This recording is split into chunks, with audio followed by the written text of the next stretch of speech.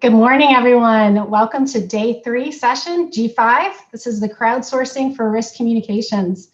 My name is Lori Carey-Cathera, and I work for NOAA's Office for Coastal Management as their Science and Geospatial Operations Manager.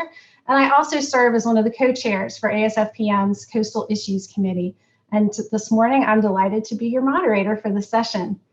We have a terrific session about crowdsourcing for you today. Our first speaker is Patrick Heck. Patrick is a director at Guidehouse and will be speaking to us about using social media to crowdsource community feedback. By now, day 3, you guys are pros at this format, but just as a reminder, please add your questions early in the chat as we do have a bit of delay. All right, and with that, here we go. Patrick, take it away. Hello, my name is Patrick Heck. I'm a director with Guidehouse. This is my 3rd presentation with ASFPM, and I really appreciate the opportunity to discuss a Guidehouse solution that I believe has real applicability to the work members of this organization do day in and day out. I want to cover a few topics and talk about a little story that kind of was the impetus for this presentation. But to start off, I believe we all recognize the power of public discourse, and I would wager that social media is a growing tool for yourselves, community leaders, project and program managers, and used to engage in local communities about planned and active projects, whether a local stream restoration project or a large-scale mitigation effort. According to the Pew Research survey last year, over half Americans now consume their news through social media platforms. That's to say 6 out of 10 Americans get their information, their news and information, not from traditional media sources, but from stories and commentary posted on and shared on Facebook, Twitter, Instagram, Gab, and other social media platforms. On the whole, careful and qualified social media research analysis, we call SMRA, enables organizations to understand, analyze, and make sense of perceptions that individuals and groups have about various policies and programs, topics of interest, change management initiatives, and other offerings. Social media offers a novel and generally untapped data source for government agencies to understand the needs of their constituents.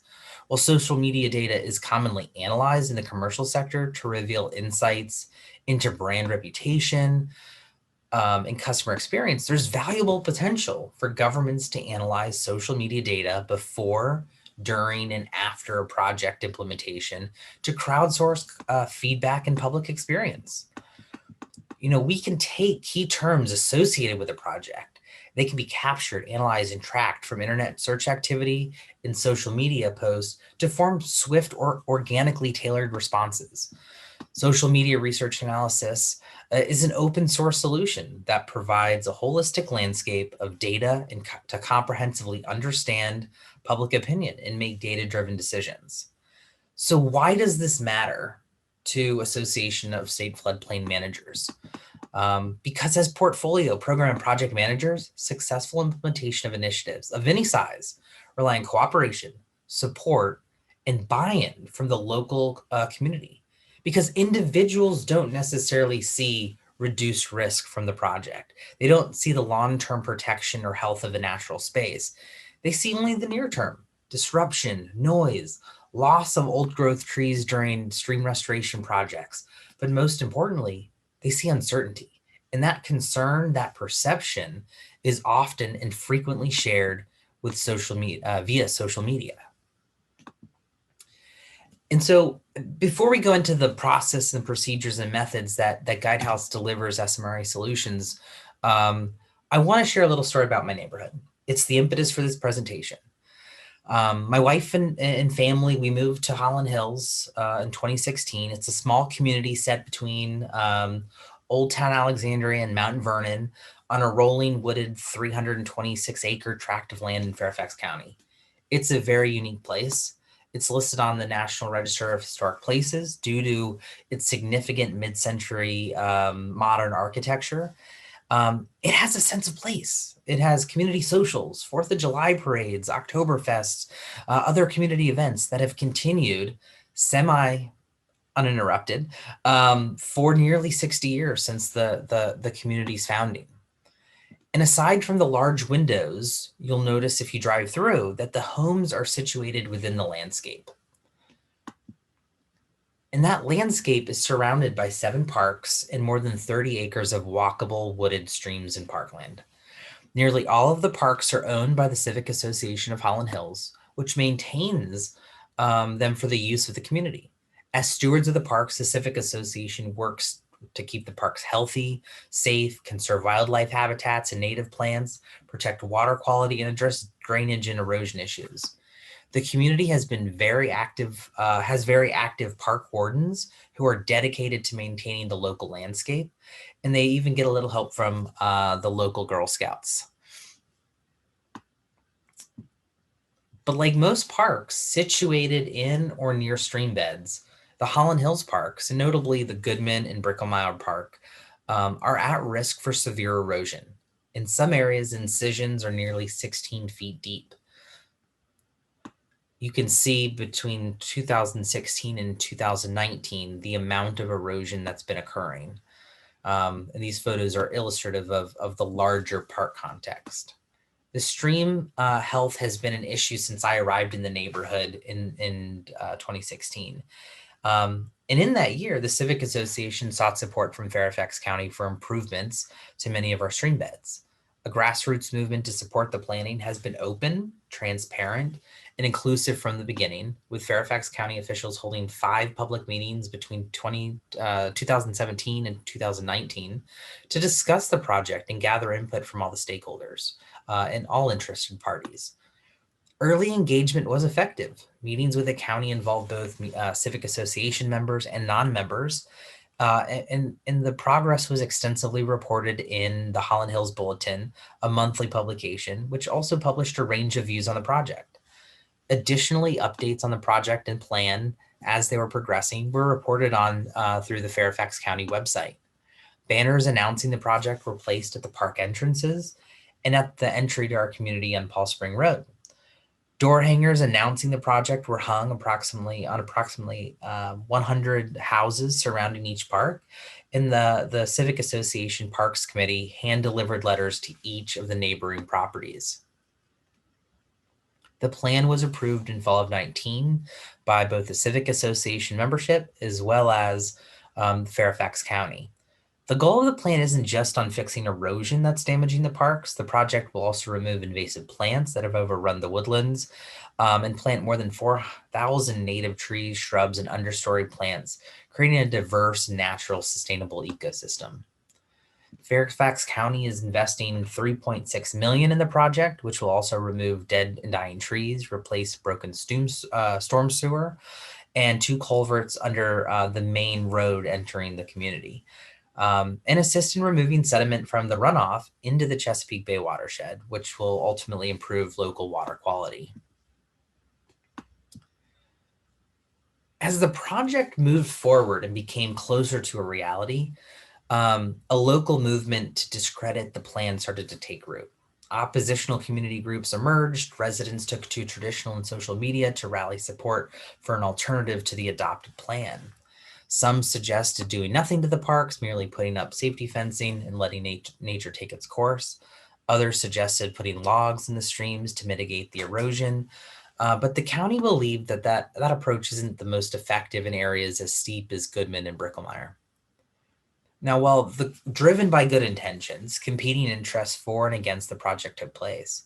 A fierce disinformation or rather misinformation campaign began, and members of the communities found themselves in a space of uncertainty, confusion, absence of truth, or agreed upon facts. My family lives near both parks, but my home and its view shed will not be impacted. I'm just a curious bystander, but the community rift is real and is the uncertainty of the long-term benefits. As the community drama intensified, I wondered, where was the community engagement? Where are the facts? How can I come to them, find them easily? I started putting on my consulting hat.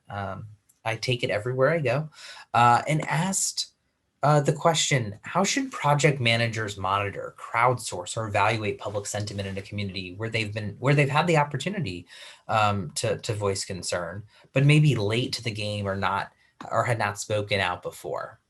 What could be done to evaluate community readiness for this project? What could be done to sustain engagement beyond the initial efforts? And how can we use SMRA solutions and methods to increase community engagement and the effectiveness of a project, or even a larger county, state, regional, or federal program? When this presentation first took root, I focused on how we could use crowdsourcing to sustain engagement in a stormwater project. Crowdsourcing, by definition, is when an organization submit an open call for voluntary assistance from a large group of individuals for online distributed problem solving. I have an idea, tell me what you think. Type crowdsourcing is what we commonly think of. But this didn't seem like the perfect approach. And perhaps it might lead those that are those most vocal being the only people contributing ideas or feedback. And there's an interesting distinction that's relevant to this discussion and for programs where community engagement is critical. Social media research and analysis, or SMRA, on the other hand, is the ability not only to read, see, hear what others are posting online, but also to understand, interpret, measure, analyze, and assess individual experiences in comparison to one another. It's a refined ability to understand language within its nuanced context and at scale, whether that's through pictures, through text, through audio, video, infographics. And it does this across an array of social networks and digital platforms. We at Guidehouse view SMRA and crowdsourcing together as part of a larger toolkit of stakeholder engagement, and both can function as components in helping to actively capture information, such as during a major event or prior to or during project implementation. But on top of that, SMRA also offers the ability to help curate and aggregate and understand crowdsourced information at scale. We call this horizon scanning. And that information is a lot, right? 90% of the data on the internet has been created in the last 5 years since 2016. Anything that is publicly available, social media data, company information, website content, forums, public records, traditional media, including adverse media, is available for review. 4 petabytes of new data are posted on Facebook daily. 500 million tweets come every 24 hours. Now, knowing how much data is created every day means nothing if we don't know how to use it strategically. And data itself has very little intrinsic value. Rather, what really matters is the actionable insights that can be gleaned from the information or lack of information that we're seeing. Now, what we do, and as seen on this slide, we take massive amounts of unclassified data or small niche bits of them, apply tools, technology, and expertise to identify opportunities, insights, trends, patterns, and anomalies, or emerging risks. It includes traditional and non-traditional media, user-generated content, professional academic data, or customer requirements for diverse issue areas, such as those listed here on the slide. What we do is harness our methodology and use data collection tools to perform the analysis to produce what we call an actionable output. And why we do it is because the analysis of the data often reveals discernment and timing dynamics that can allow for real action and consequence. Now we approach SMRA uniquely through a 6-step process that's undertaken, and really is focused on collaboration with our clients. In order to fully create the analysis roadmap, we need to be able to work together with our partners and to understand how their stakeholders speak, the language that's used, so that we can go in and create a customizable roadmap. To perceive and discern the data in the most meaningful and actionable way, we follow these 6 steps on every project. And throughout the process, we integrate and deploy different technologies and tools like machine learning or natural language processing to drive more efficient analysis, accuracy of the analysis, and really depth in the analysis. And so step 1 starts not just defining scope, but conducting that initial open source research, and developing a targeted research plan. How are users talking about and discussing a topic of interest? What type of language and terms are they using to define the issues at hand? And what digital platforms and networks are involved, and where are they communicating, right? And all this together is used to identify an operational research plan. In step 2, we collect the related information and create a discrete data set. We apply logic-based queries to collect all the information from the various sites and turn it into a comprehensive, oftentimes large data set. Step 3 is we go through and process and clean the data. We filter out what we call the noise, right? Irrelevant content. And then validate the collected content with support of other technology and tools. This step's vital because it ensures that the data set has the veracity, integrity that's really required to drive those insights. We classify the data next, right? Based on our evolving expertise for the data set, we collect and apply categorical classifications to curate and structure the data in a way that's meaningful for our analysis and visualization. This includes assignment of sentiment based on situational context and usage of language, identification of key topics, themes, or issues, sometimes that are unrelated to the topics we were initially focused on. Step 5 is we analyze that data, right? We look at the clean and classified data set, and with our data analysts, we apply natural language processing technologies to quantitatively, qualitatively surface, assign, and evaluate patterns and trends with the data. And lastly, we report the findings and provide recommendations. We look for concrete findings, a data story to drive action, and really add value to the clients. And it creates 3 benefits, right? This process has a clear output that benefits those that use it.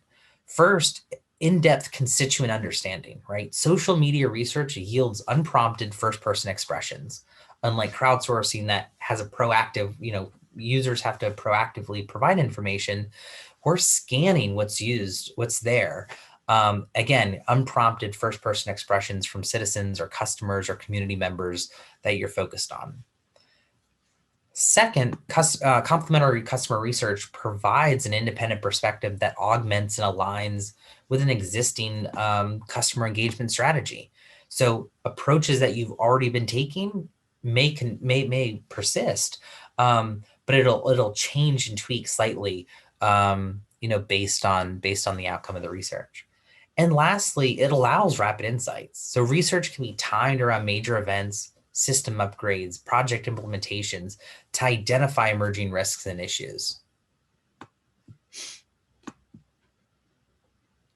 Now, this approach can be applied to short-term, to long-term, or one-off projects. It can be redone weekly, monthly, annually to generate new and timely insights.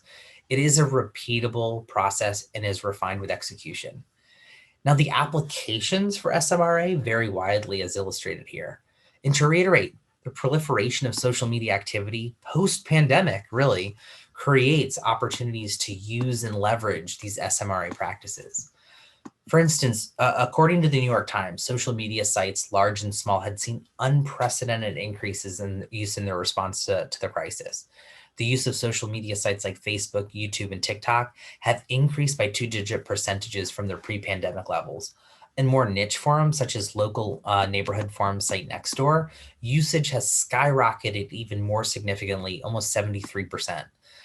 This increasing usage of digital platforms and the open source digital data that they yield can be researched and analyzed to provide insights and shed tremendous light on how public sentiment is adapting and shifting to changes to citizen services and customer experiences. And so harnessing the power of public discussion to inform, drive, and calibrate decision-making, it can be baselined and subsequently monitored.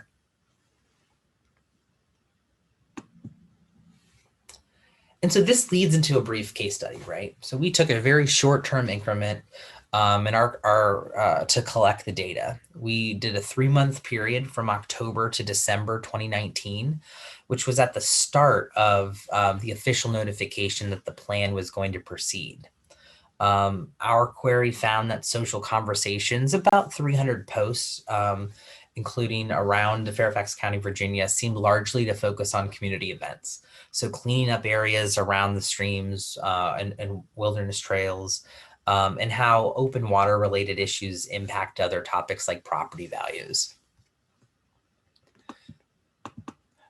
What we found, there were a few explicit mentions of Holland Hills and or the stream restoration project during this period of analysis, despite that announcement about the stormwater cleanup program. Now, while residents had engagement, traditional media, social media didn't appear at this period in time to be a tool that they harnessed for their other grievances. And as you can see in the above timeline, the number of posts there were really peaked again right around October 2019 in conversation, which aligns with the announcement of the project and the timing of top shared URLs. Also aligning with Holland Hills residents kind of pleading their case for other media outlets, which really a majority of the content was from source was from traditional news. This isn't unexpected, right? This is the turning point and where I'm going to call them the opposition started to muster momentum. It indicates really an opportunity to engage residents proactively and develop strategic messaging, expand research, or influence the conversation. As I noted early in the engagement, Fairfax County and the Civic Association did a lot to engage impacted residents. What we didn't, I would say and what the community didn't necessarily do is sustain that engagement and have a broader outreach to the bigger community at large, as members of the Civic Association would have input into the outcome of the project. Additional insights, what we found is, and really this is something we've seen across project, is that planned upgrades to infrastructure or customer systems create opportunities for customer engagement, but also risk for customer disruption. And that's exactly what we see here in this situation, is that, the moment in time is creating the disruption that we'll see months later increased in social media output and social media angst over the uncertainty of the project. We also see a growing number of customers, or again, in this case, it's citizens. They have increasing expectations and require increased understanding of what's going to be done in their community. And lastly, conventional customer research metrics like customer satisfaction are received too long after key events have occurred. So proactive awareness and interventions really mitigate issues and ultimately improve that customer satisfaction. Again, early engagement up front, lack of sustained engagement down creates a vacuum for, those voices to percolate to the top. So while our assessment really in our study worked in the early months of this project, what we know from experience and personal experience, and again, supplemented with some ad hoc analysis, is that the social media can become a place where public sentiment can be tracked and find that unique time when, find that unique moment in time when it shifts from positive maybe to negative sentiment. Where I focused on the applicability to a local project, where community engagement started off strong, tapered, and created a vacuum for misinformation, the power of SMRA is at scale. So we've applied SMRA solutions for emergency management, supply chain risk management, and even during the COVID crisis. We've used it to measure public sentiment of federal programs and services. And it can and should be considered where large projects can generate equally diverse and competing public opinions from community members or highly vocal input from third parties. In most specifically as a result of policy changes. And so again, in the FEMA and applicability to ASFPM, the upcoming risk rating 2.0, where homeowners and policyholders may be impacted as a result of the new policy change. But to enable greater understanding of public perception, creating opportunities for uniquely targeted communications, and really the ability to refine messages real time, it's a great solution. And I highly encourage you to seek more information as well. I appreciate your time today and look forward to our discussion. Thank you.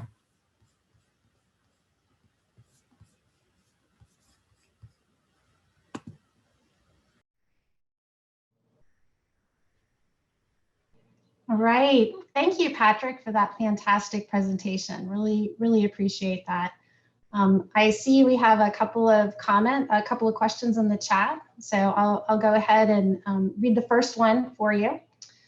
So if an agency wants to utilize SMRA, who should lead the effort?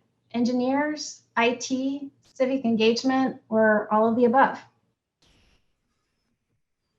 Yeah, that's a great question. I think the tool sets that's used in SMRA are technology driven and probably by the technology team. However, it is a collaboration between understanding one at the community level, so your stakeholder engagement team, your communication team, but also your technical team, so that information can be shared that's factual about the project and the timeline and the disruption that's at hand.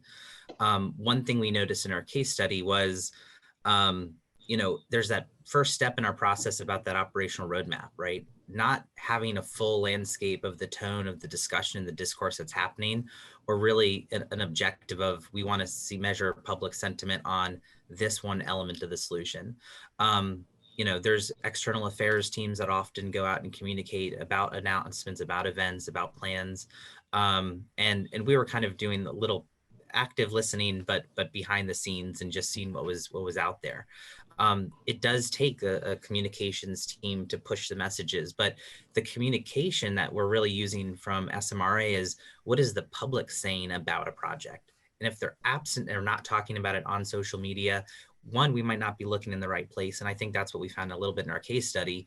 A lot of the discourse was on a public forum or a private forum rather of community members, but that again could be used to do the analysis.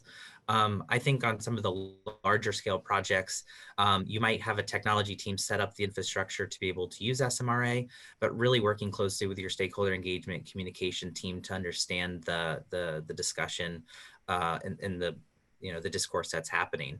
But I think what was missing in the Holland Hills case example, and again, active bystander here, was the continuation of the dialogue from what was happening up front. Because what happened, again, in this case study, the community started to, beyond those that were impacted, right? They started to get the other 400 homes involved in the discussion who may not have had that big an interest if it really wasn't affecting them. And so the community or the county really, I think in this case, should have been more proactively communicating to other community members about in forums that they were actively engaged in, on Facebook groups, on Twitter, and in the forum. And so, again, a little of the absent information there in that case study tells us, I think, could give some recommendations. But in terms of who should own it, it would probably, I would say, probably more in the communication space. But again, you're going to need technology, and you're going to need to collaborate with the engineers who are actively working on the project, so that we can monitor to see, the disruption or the activity taking place, right? To really fine tune your SMRA and our social media analysis.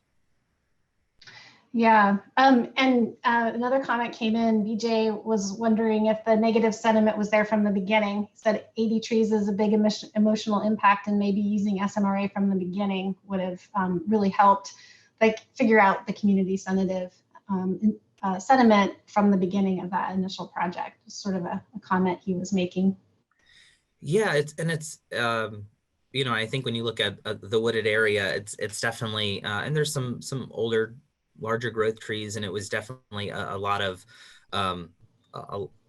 I think for those homes that were affected, whose view shed would really be affected, it was significant.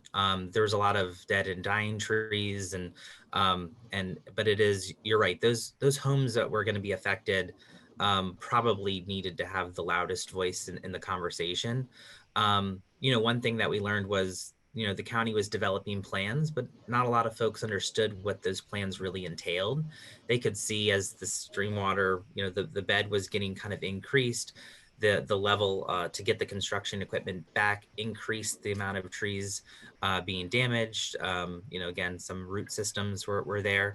But again, maybe communicating the long-term impact, I think early on could have been not just assuming, right? But they were looking around the county for other projects, and hey, this is what we're going to get. And I don't necessarily think that was accurate or a good characterization. But what we're finding is like the absence of dialogue in where a community resides or a community's dialogue is taking place, I think is probably the more important lesson, as opposed to just the standard community forum, where they were presenting their plans. And they did have good active engagement up front.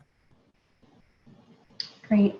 I think we have time for one more question. This is from Jeff, and he mentioned, it says, you mentioned using logic-based queries to collect data from sites. What does that look like for Facebook or Nextdoor? And are you accessing with a personal account, or do you have a special permissions setting that's needed to collect the data? Yeah, that's a great question. And I'd probably turn to our SMRA tech leads on this one, but really the approach is public information, right? So anything that's marked private or between, people that, their accounts are marked private, that information is not going to be captured. This is a reaction or open information about discourse like Twitter or public posts on a Facebook group page that's public to all.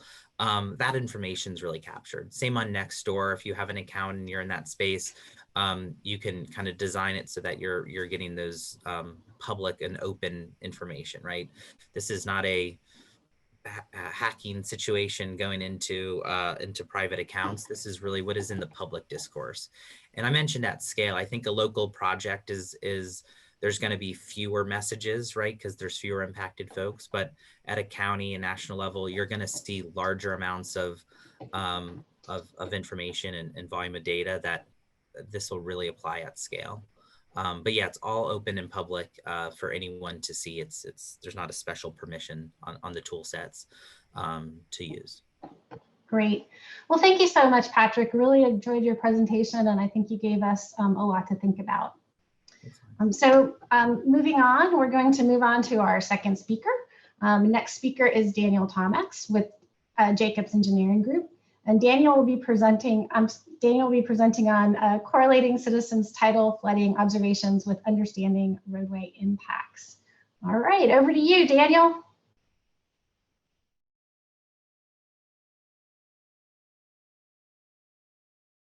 Good morning. I'd like to first thank you for joining me today. I will be giving my presentation on the topic correlating citizen tidal flooding observations with understanding roadway impacts. Again, my name is Dan Tomczak. I am with the Jacobs Engineering Group out of the Raleigh, North Carolina office. And again, I appreciate you joining the presentation today. Before we get in, I do want to acknowledge some of the other principal investigators that were involved with this presentation. That includes Professor Christine Voss with the University of North Carolina Institute of Marine Sciences in Morehead City. There's also Sarah Spiegler, and Sarah is with the North Carolina Sea Grant. Then there's Professor Mayuki Hino, and Professor Hino is with the University of North Carolina in Chapel Hill.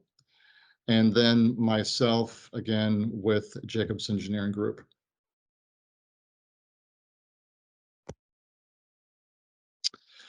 So let's begin today's talk by asking the question, what is a king tide? Many of you have probably heard the term king tide. It seems to be, we're hearing it more on the news about different tidal occurrences or in relation to tidal flooding. But the term king tide is actually, it's a non-scientific term that is used to describe the highest high tide and the lowest low tide events of the year. The king tide occurs when the full or the new moon it co-occurs with the moon being closest to the Earth in its elliptical orbit. And due to their astronomical nature, king tides are regular and predictable events, reoccurring at least twice, if not multiple times each year. So what is the King Tide Project? Well, the King Tide Project is actually, it's an international initiative that was established first in Australia back in 2009. And it was set up for citizen scientists and other volunteers to be able to go out and capture data and images of these extreme high tidal events. The flooding events are very helpful for both scientists and other researchers to provide a glimpse at what normal high tides could look like in the future due to sea level rise. And these projects are a benefit to coastal communities because it helps to inform and influence planning and policy decisions, and to help with the community in understanding what the potential risks can be.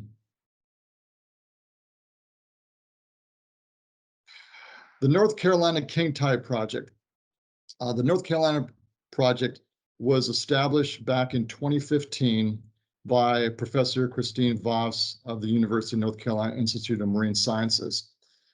And Professor Voss set the project up to go with another project that she had. And she wanted to have this project as a means to be able to have volunteers and citizen scientists record and share their photographic documentation and data along the North Carolina coastline, and be able to track these changes currently and then going into the future. It was also done as a means to engage, really outreach, and to have teachers, citizens, volunteers, community groups, planners, to participate in these events and help with planning what to do as these higher water levels begin to increase and cause what has been termed as nuisance, or you may have heard of the term sunny day flooding events. So the king tides in North Carolina.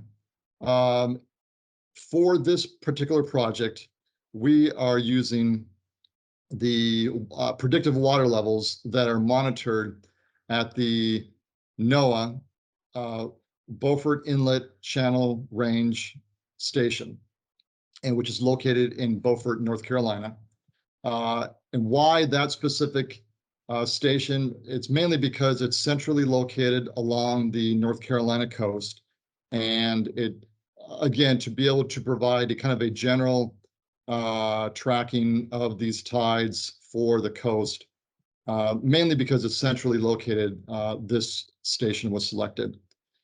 The king tide thresholds is determined when the water levels are predicted to be sustained above the mean lower low water, or the MLLW, at that specific station, at that Beaufort station.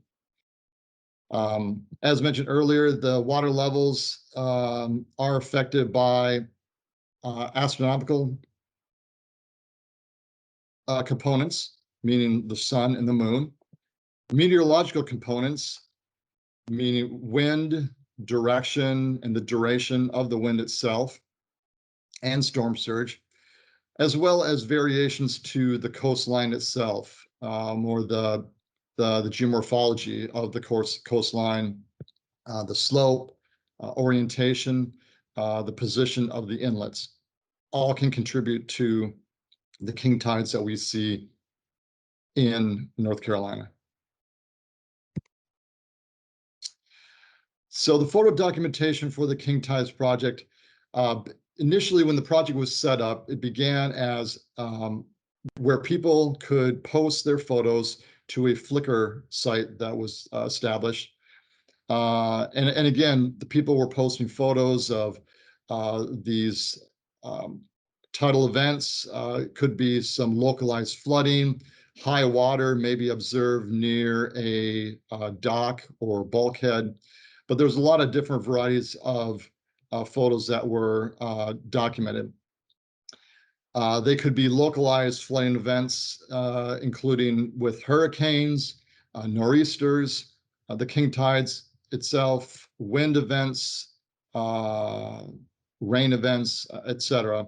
And again, it was a way for people to go out during these high water events and collect photos and really be able to learn more about, through their photo taking, learn more about these high water events that are occurring.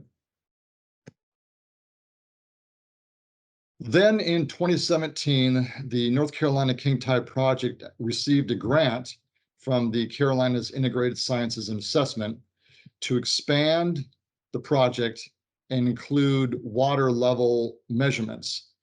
And so by setting up, the money that was received from the grant was used to set up gauging stations along the coast and really identify locations where there were data gaps, because there's also USGS stations and NOAA stations and North Carolina emergency management stations along the coast.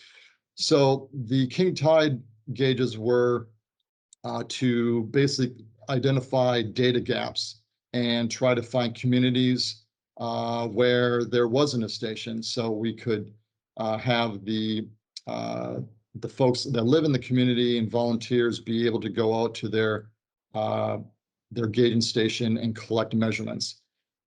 Again, the UNC Institute of Marine Sciences furnished the stations and built the stations and set them up, had them surveyed.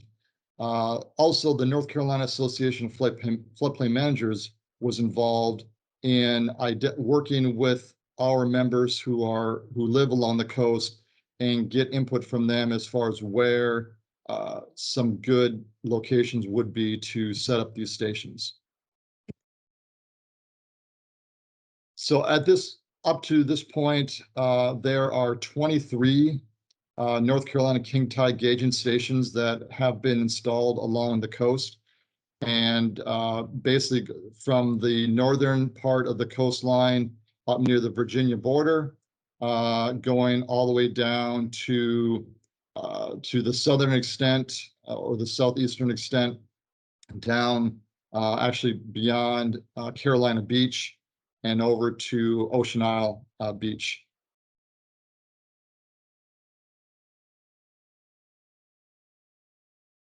Now, most recently, what the project has done is we've started using a smartphone app called Coastal Observer.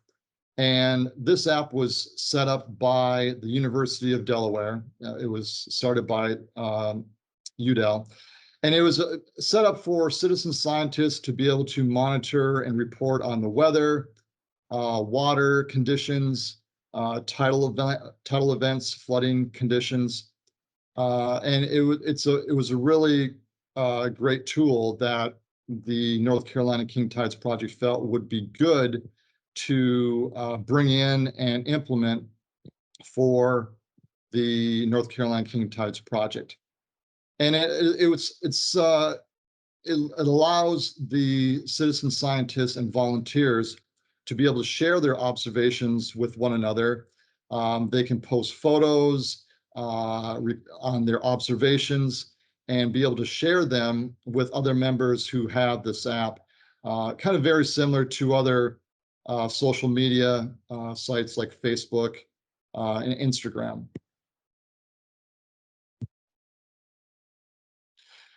So what I want to now get into is how do the king tides affect different communities along the North Carolina coast?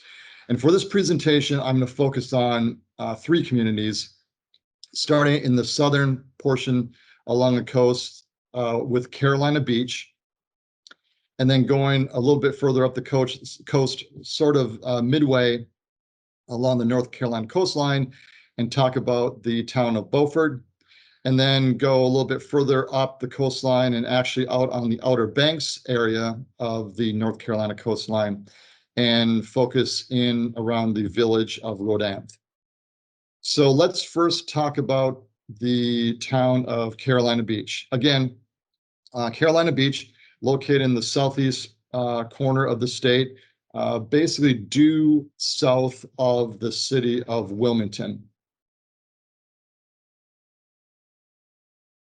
Now, tidal flooding in Carolina Beach has been documented for quite some time. And within the town of Carolina Beach, the area where the flooding has been most noted is along Canal Drive. And Canal Drive is a main roadway within the town. There are a lot of residential homes, beach houses that are located along Canal Drive. There are also some businesses and some commercial properties located along Canal Drive as well.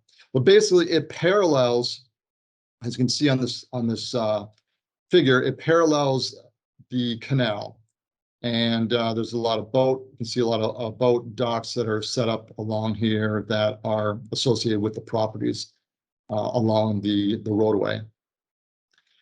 Some of the side streets that have been impacted by the tidal flooding, in addition to Canal Drive itself, there are some of the side streets from Seagull Lane all the way up to Clamshell Lane. And then even further north, you have a portion of Florida Avenue that has been affected by the flooding. And one other thing to note is along this stretch of Canal Drive and the properties along here, that there are no current bulkheads along the properties. And that what the town is seeing is has been contributing to not being able to hold back these higher tidal waters when they come in.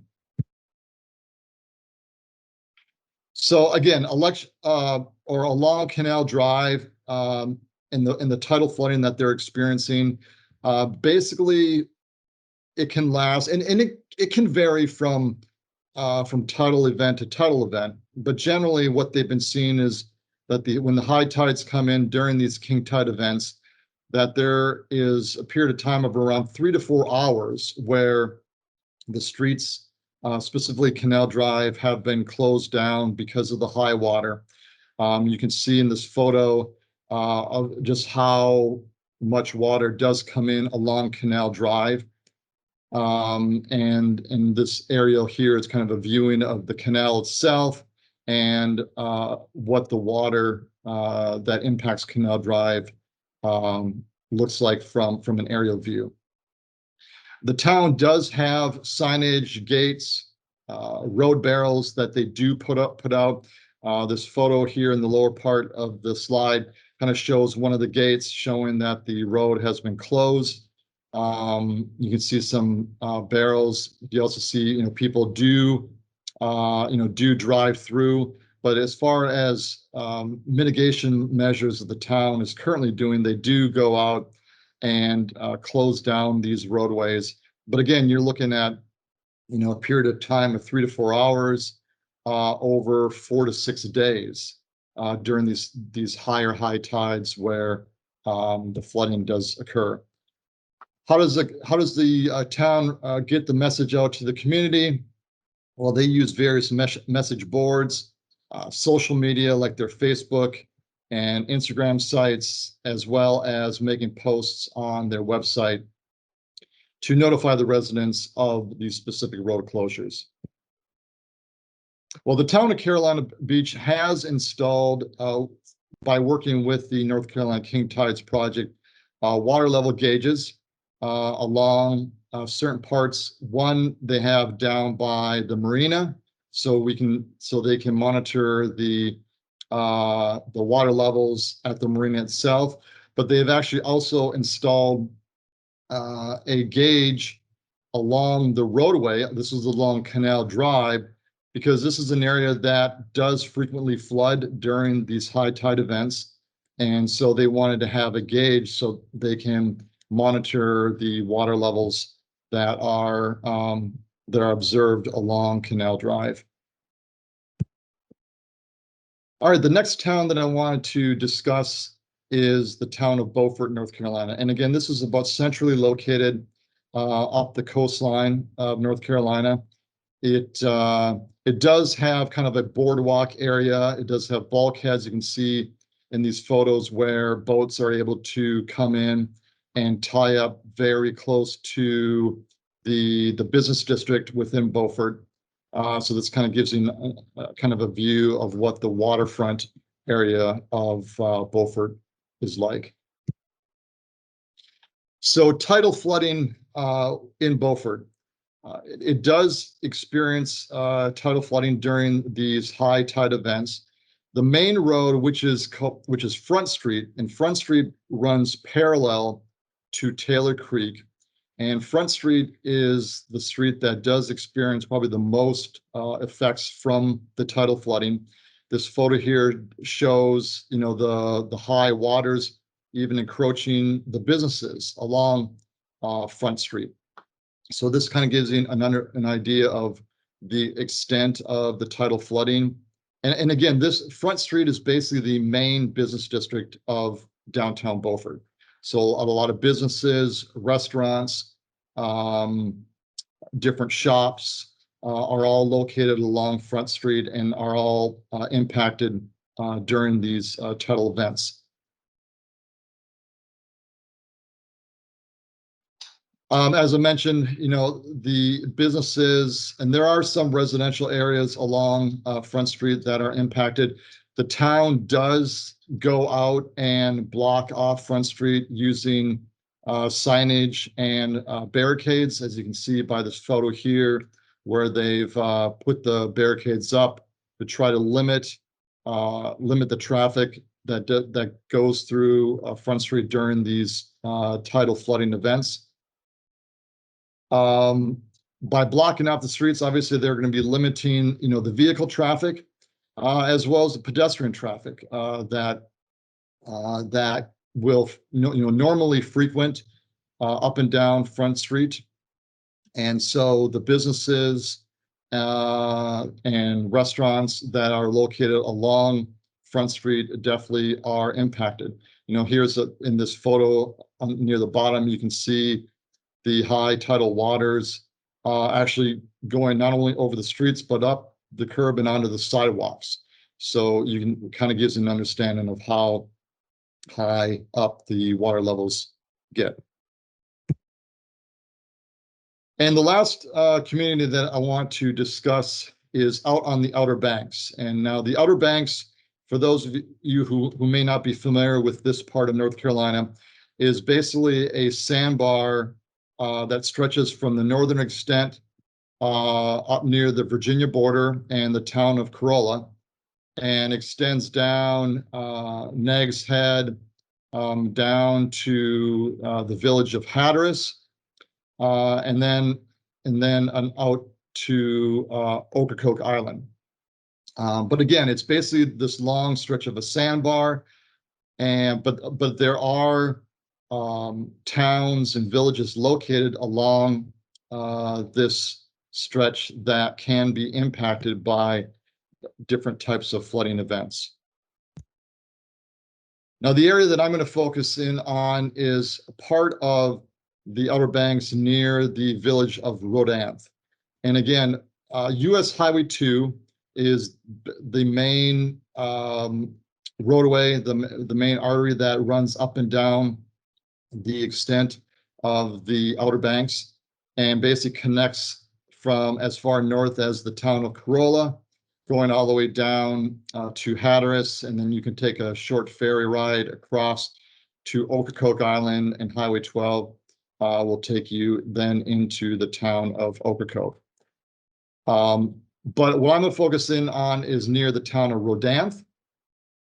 The town of Rodanth is an area that has experienced some impacts due to kind of a combination of high tides and various weather patterns that might be offshore, and that help to push the waters higher and over the dunes and onto the highway itself.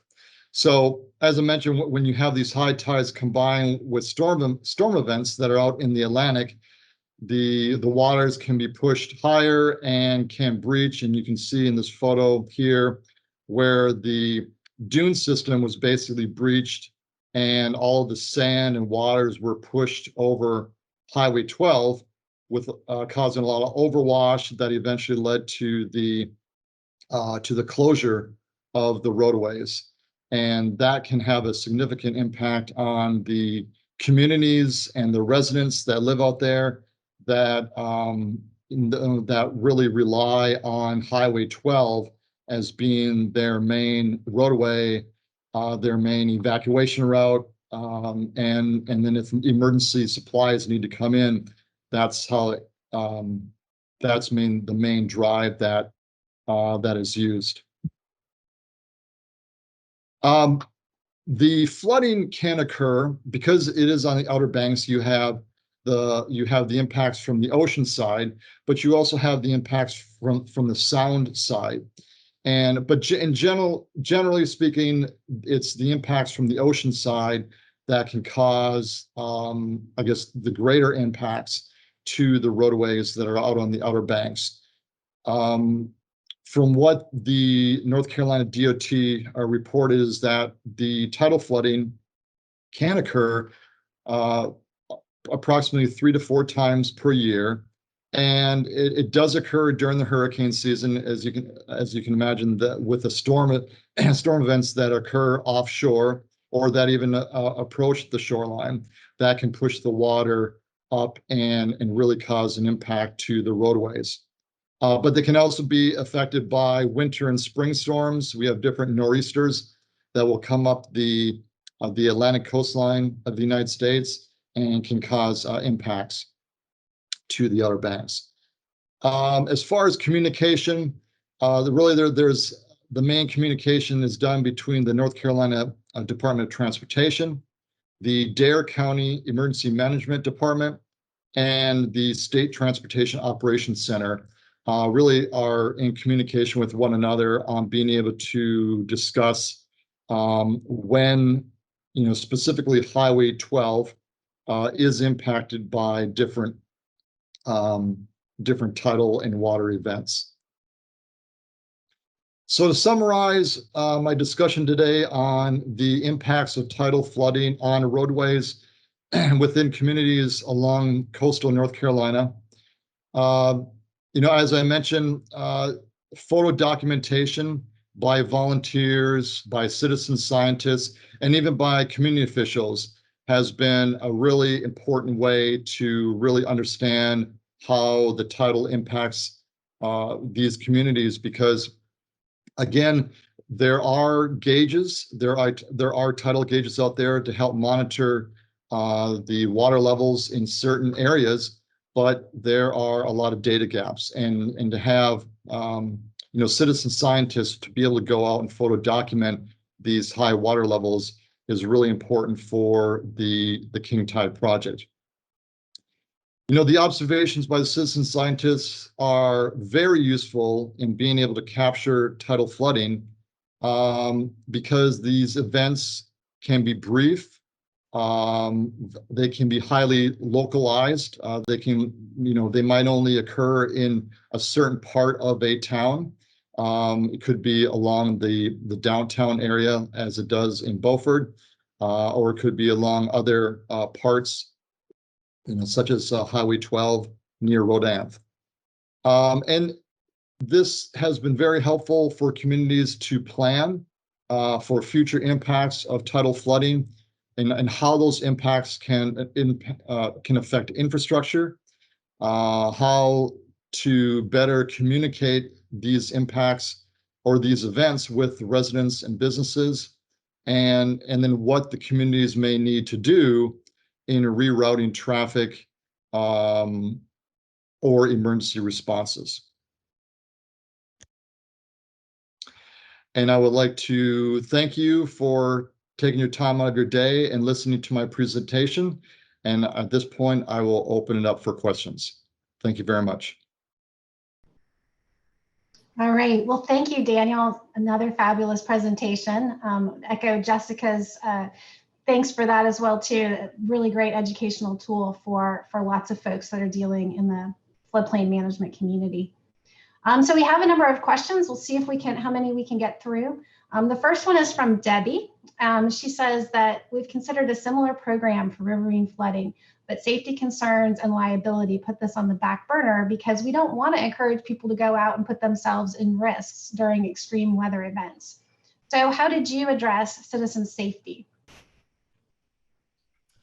A great question, and that has come up with our team.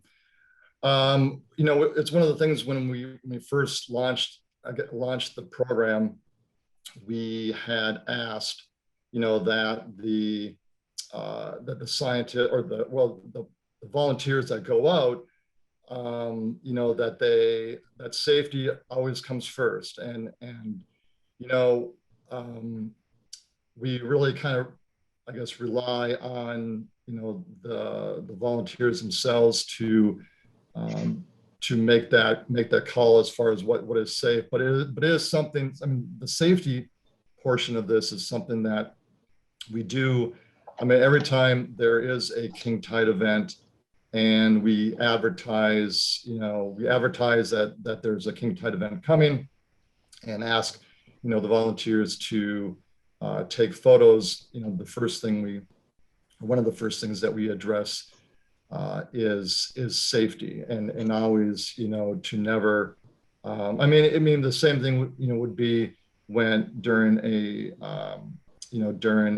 hurricane, if there was flooding during a hurricane, you know, you would not want to be out if you're putting yourself at risk to take photos of flooding, you know, during a hurricane. And, you know, the same thing again, you know, the type of flooding during king tides usually isn't to the extent of what you have during a hurricane, but again, you know, there is that safety concern, especially if people get too close, you know, to maybe the shoreline that might have been partially flooded during the king tides. But again, to answer the question, safety is something that we always put forth to our volunteers. To, you know, we definitely, you know, it's great to get the photos, but, you know, safety is you know, safety always comes first. Great. Well, thank you for that. There are a number of questions. I'm afraid we're going to have to move on, but thank you again for a fabulous presentation. Gave us lots to think about. Thank you. All right. Yeah, thank you. All right. Well, our third and last speaker this morning is bringing us home is from ASFPM, Jeff Stone. Jeff is a research manager with ASFPM, and today he's going to be presenting on a new effort, a community flood notebook. His session is called "In a Community Flood Notebook, Gilbert White Meets the Crowdsourcing." So the mic is yours, Jeff. Take it away. Hello, and thank you for joining me today for my presentation, a Community Flood Notebook, where Gilbert White meets crowdsourcing. Again, my name is Jeff Stone. I'm a research manager with the ASFPM Flood Science Center. The Community Flood Notebook project, funded by the ASFPM Foundation, was a research effort to understand how flood events have been and could be documented. The idea of a flood notebook really comes out of the research and work conducted by Dr. Gilbert White and his work on the Boulder Creek Flood Notebook. And I'll talk more about Dr. White in a moment about his work and how I think crowdsourcing and the kind of current APIs and web services really integrate or fit nicely into Dr. White's work. So the challenge for documenting flood events is not that there's a shortage of information. There's thousands of photos probably taken every year for different flood events and showing up online on sites like Flickr or in online news stories and more. And there's also not a shortage of data from national sources, federal sources, state sources, like hydrographs and gauge data and tide gauge data, radar maps, all that information that really help tell a more complete story of a flood event. And again, there's not a lack of tools and applications and platforms out there as well. And I'll talk more about these, but like Flickr or FEMA's Disaster Reporter or Story Maps or the MyCoast platform that I will definitely talk more about. So looking at all of that information that's out there, one of the observed needs or gaps that are out there is that we see a lot of the information, but there's no comprehensive standardized approach to collect this information, especially at the local level. There's lots of organizations collecting it and sharing flood event data, but not that standardized approach. So our research focused on, the research objective is to review what's out there and then recommend or develop a prototype if needed that kind of goes towards a standardized approach to collect and share community flood event data. So going back to Dr. White, who is known as the father of floodplain management, he created the Boulder Creek Flood Notebook as a research program back in 1994. It was aimed at emergency managers in Boulder to report in a timely fashion the extent of loss of life, property damage, social disruption, and environmental destruction. Excuse me. And it really did kind of set up this standardized collection approach for that information within Boulder. So one thing that did not exist in 1994 was kind of this idea of crowdsourcing and apps and phone services and web services to integrate data into web platforms. And so now that we can do that, how could we integrate into his kind of standardized approach for collecting information at a local level and then automatically collecting that data and bringing it all together into a single platform? But we still did not see a single standardized platform that existed just prior to this research in just our everyday common knowledge. So, again, going back to that, that's why we proposed to do this research. And so our research question and approach really comes down to how should flood events be documented? And then the approach we took at that is let's go out there, identify and review all of the existing resources, as many as possible, the platforms, apps, tools that are out there. Identify those requirements, or what are the features, the functionality, the data, and the audience that should be kind of part of a local flood event documentation effort. Prioritize that data. What is the data that's needed and the resources that should be collected?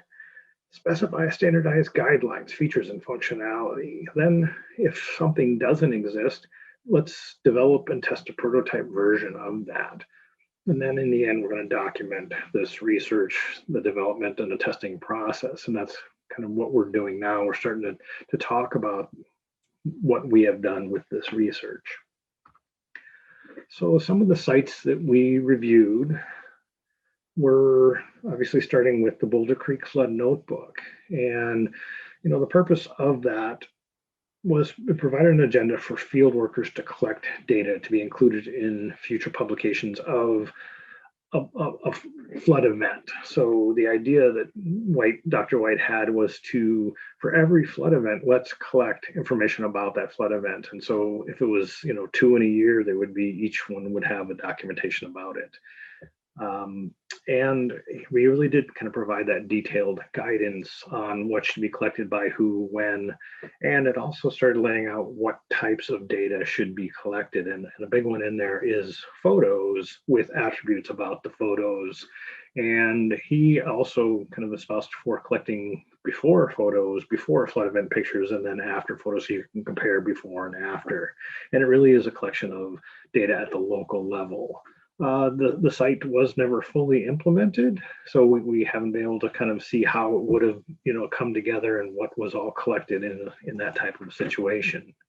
Other sites out there, like the National Weather Service, this Father's Day flood in Houghton, Michigan, they have these summary of flood events, lots of great information in there.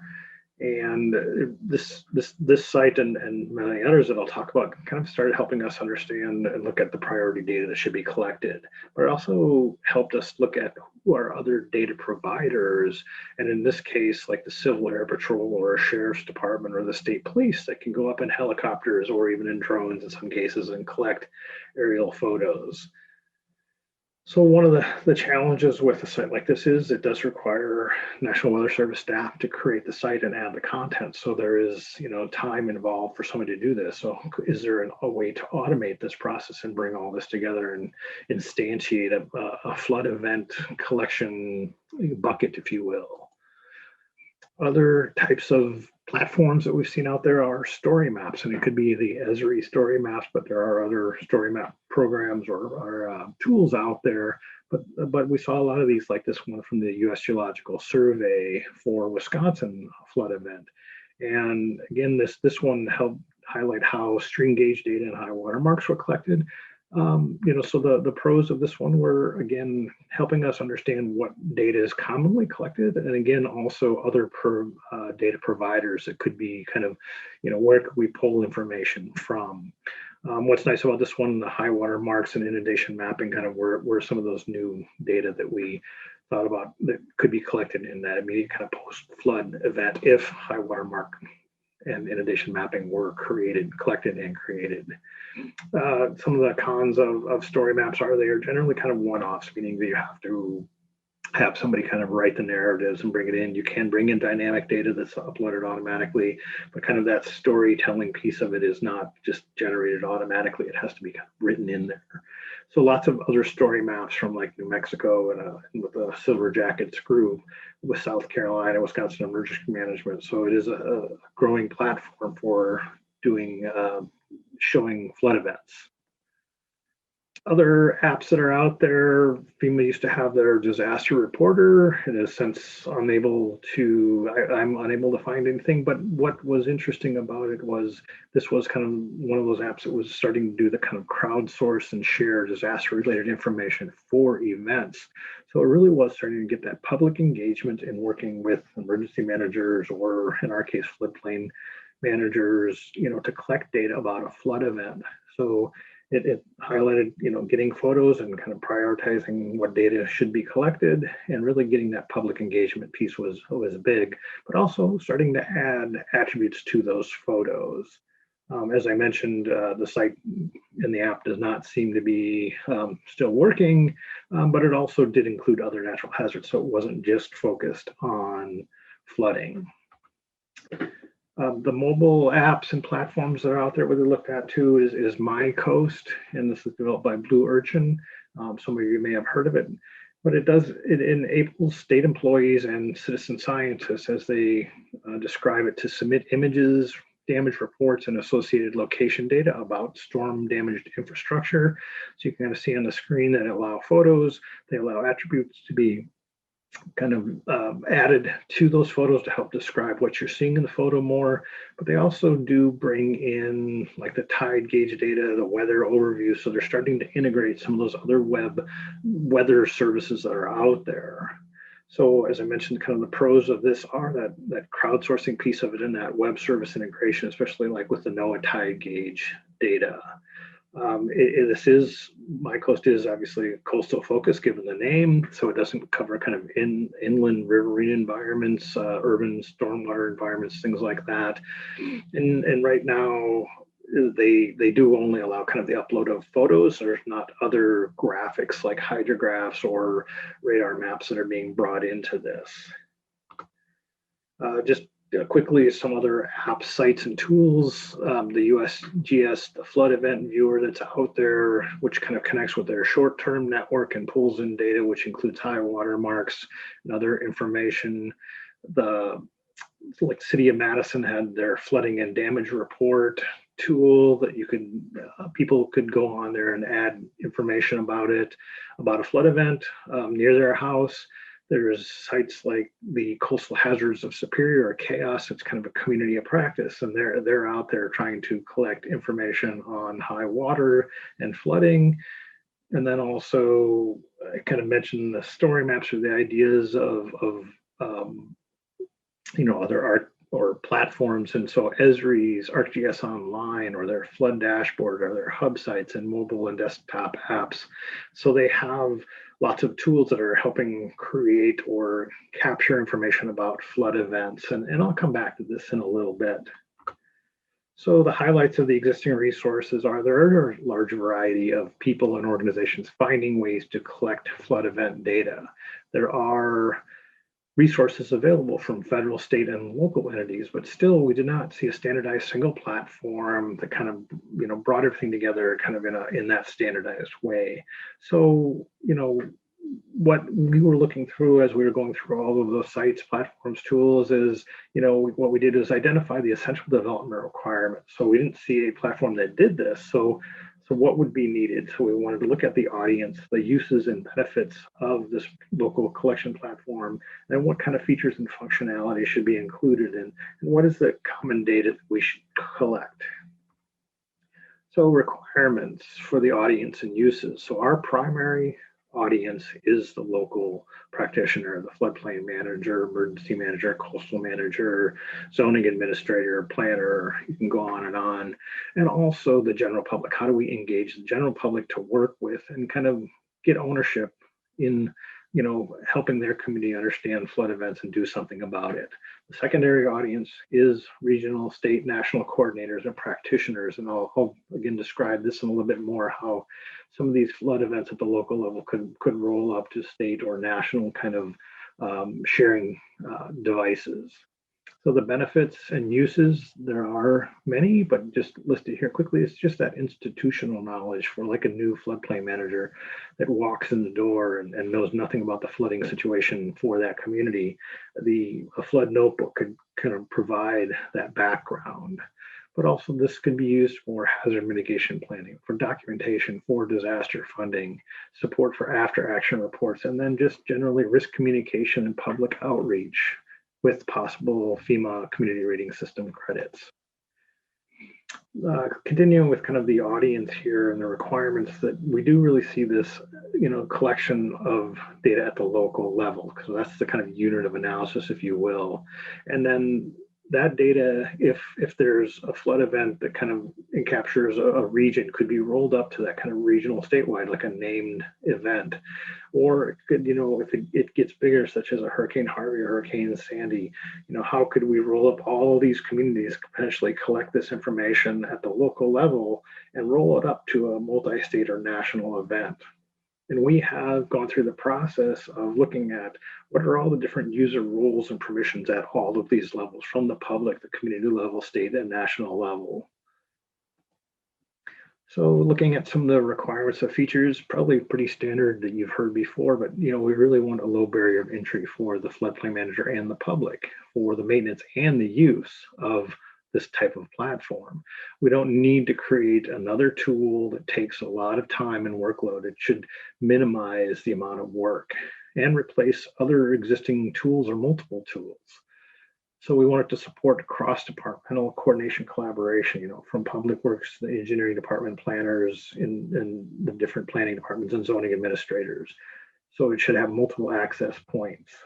It needs to be intuitive and user-friendly. Design has to work. And also you have to provide detailed guidance and instructions for the use of any platform.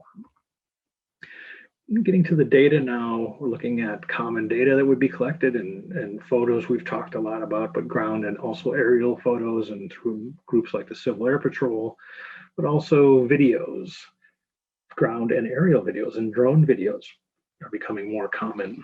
Hydrographs, stream gauges, dive gauges, you can read down the list as I'm talking about this, but also those high water marks and flood inundation maps.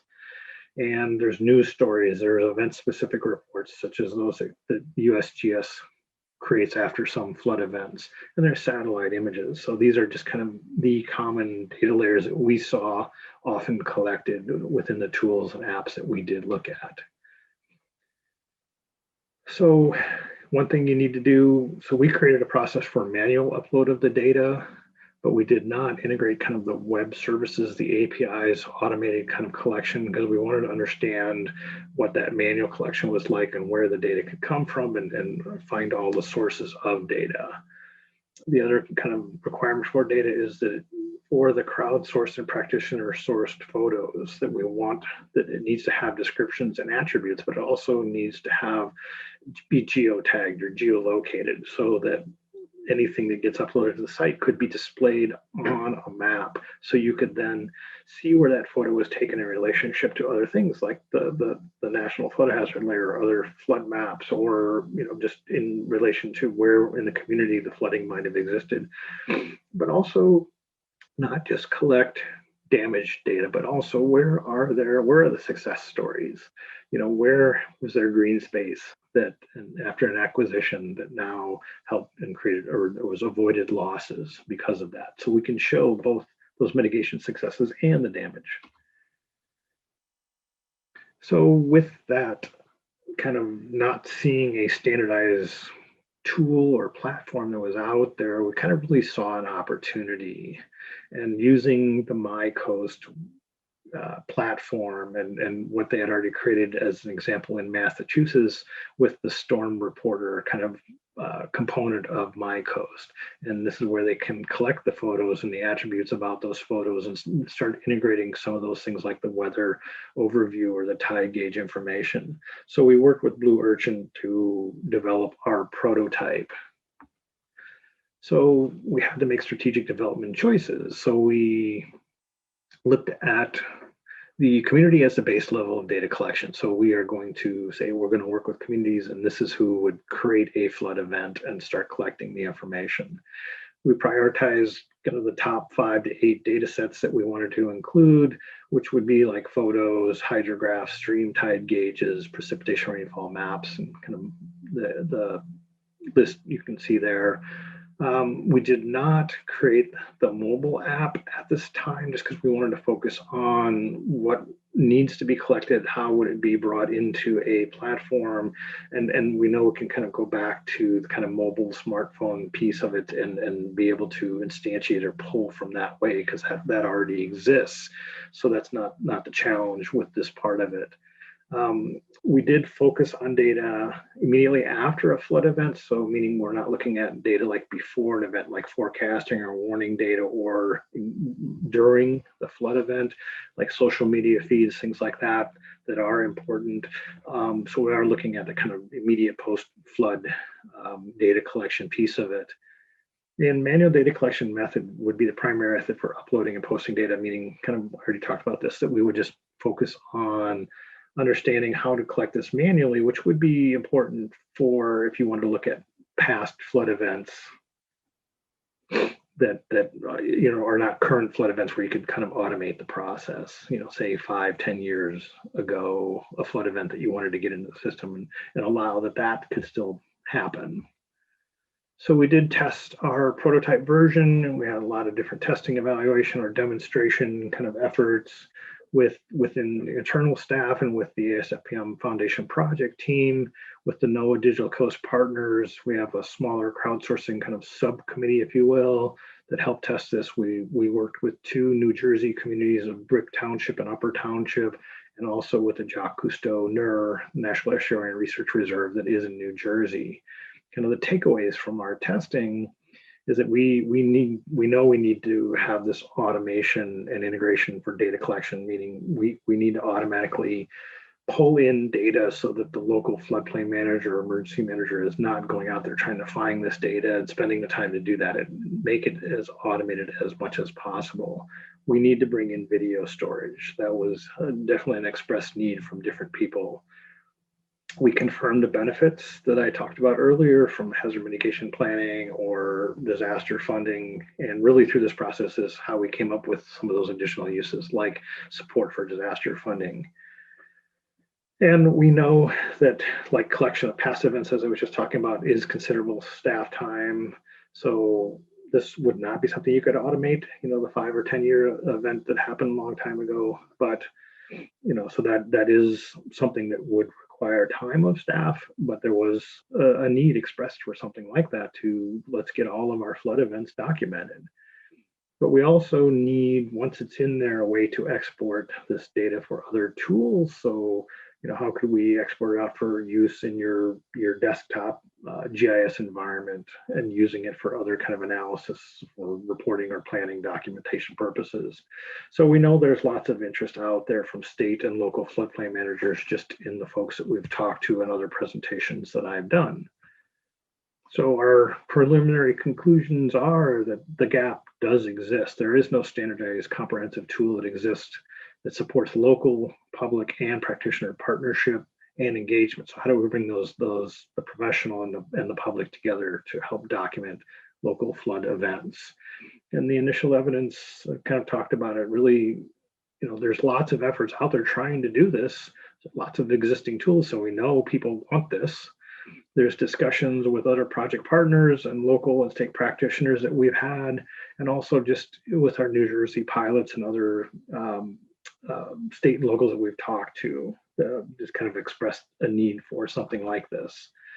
The proposed business model kind of hinted at this, but this would be a local data collection, but really like the MyCoast platform and business model is that the state would host this for all the communities within the state. So that would be a service the state provides to its communities, but then it allows us national reporting. So you can roll up this information and share it at a national level. And we know the data can flow the other way from the Fed web services, from like NOAA, USGS, or FEMA, can flow down into this collection effort, as well as state and regional web services like the Stevens Institute kind of forecasting system on the Northeast. So our next steps are really to move towards full implementation of this and develop that mobile app, that mobile experience that lets you take the photos and have them show up on a flood event page, develop the automated collection of the critical data that we identified. So automating that process. So once you created a flood event, all this other information just starts flowing into it. The local floodplain manager does not need to add it. So the way that's done is by integrating it with other federal, state, and regional data services like the NOAA National Water Model, or even potentially the USGS short-term network and their kind of high watermark collection efforts and that. We also know in order to be able to share this and kind of display in a map format, what does that back-end map-based platform look like? And so we're really looking at the Esri, ArcGIS Online World hub sites, their dashboards, apps, and services to look at what this could look like in the back end with kind of the web framework. And then in the near future, we want to look at that data collection before, during, and after a flood event. So that full kind of range of when there's data that can really help describe that full flood event. We have lots of engagement we want to do with floodplain managers and coastal administrators at the state and local level, hazard mitigation officers, the geographic information officers, also considering points of intersection. How would this flow into a hazard mitigation plan or a comprehensive plan? What would need to be pulled out for reporting for disaster response funding? For risk communication, how do you start sharing this information? And then also working with other partners and potential collaborators. We're already working with NOAA Digital Coast partners like the American Planning Association, the National States Geographic Information Council, and the Coastal States Organization. How do we kind of engage them more? Or the Urban and Regional Information Systems Association. Had some great talks recently with the Center for Neighborhood Technology, and they're rolling out kind of field workers and data collection efforts around flooding as well for areas in Calumet around South Chicago. And also we've had discussion with the Urban Risk Lab at MIT, and they have a social media kind of during the event and what they call riskmap.us. And finally, you're going to end with the funding and partners, so again, funded by the Association of State Floodplain Managers Foundation, but really the key partners along the way on this have been Lisa R. Miller with the Jacques Cousteau National Estuarine Research Reserve, Susan Fox and Lori Carey-Cathera at NOAA's Office for Coastal Management, Jamie Chesser with the National States Geographic Information Council, and then our developers, Wes Shaw and Chris Ray from Blue Urchin, and the developers of the MyCoast platform. So thank you to them and all the work that they've done, as well as other staff at ASFPM. So now I will take questions, but also if we don't get through them all today, I will be available at the Flood Science Center virtual booth within the conference. If you can find it through the exhibit booth, that's great. Otherwise, you can also just go to the no.floods.org/FSC page, and it will have a link on there to the Google Meets link that we are using for our virtual booth for you to interact with me or other Flood Science Center staff. So thank you very much.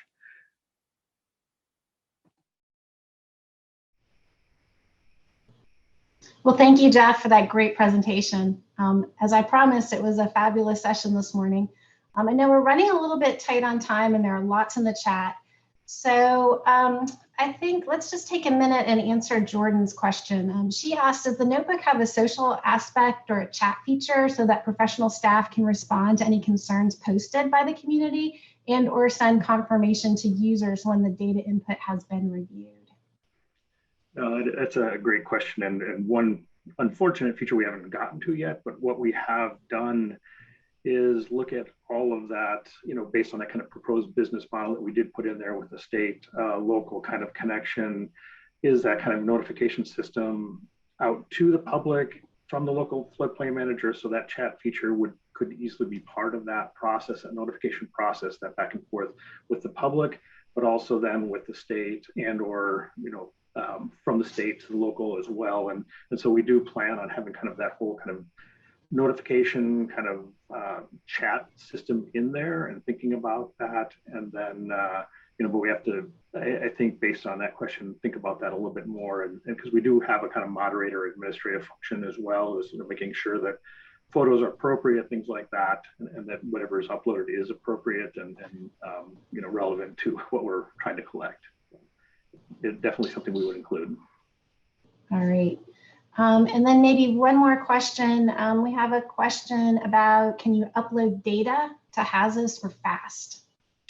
Absolutely. And that was as we were kind of getting towards, I shouldn't say the end of our research, but in thinking about how you would export information out of the flood notebook. And that's where we really started looking at, we already started developing this kind of in a map-based platform. So any photos would have geolocated points. You could see where those photos are in relation to other GIS spatial data, as I mentioned. But this, and that's why we really started looking more at the Esri platform. How do we really kind of standardize then the exporting of the data, or in shapefile, geodatabase format, whatever might be needed to go into HAZUS or other tools like that. So a very important feature that we wanted to make sure we include. Great, thank you, Jeff. Well, I'm cognizant of the time. Again, just a huge virtual applause for our three speakers. It was a fabulous panel this morning. I'm very fortunate to moderate, and I'd love to invite you all to come and speak at a future Coastal Issues Committee. There's a lot of questions that we didn't get to, and it'd be a great opportunity to dig in more. And I think with that, we are concluding this session. We're getting ready to go on break. So if you have a few minutes, don't forget to check out the virtual booths and the ASF, particularly the ASFPM booth. There's lots of information in there for you. And I hope that next year I can see you all in person in Orlando. So thanks again for joining us. Thanks again to our speakers, and enjoy the rest of your conference.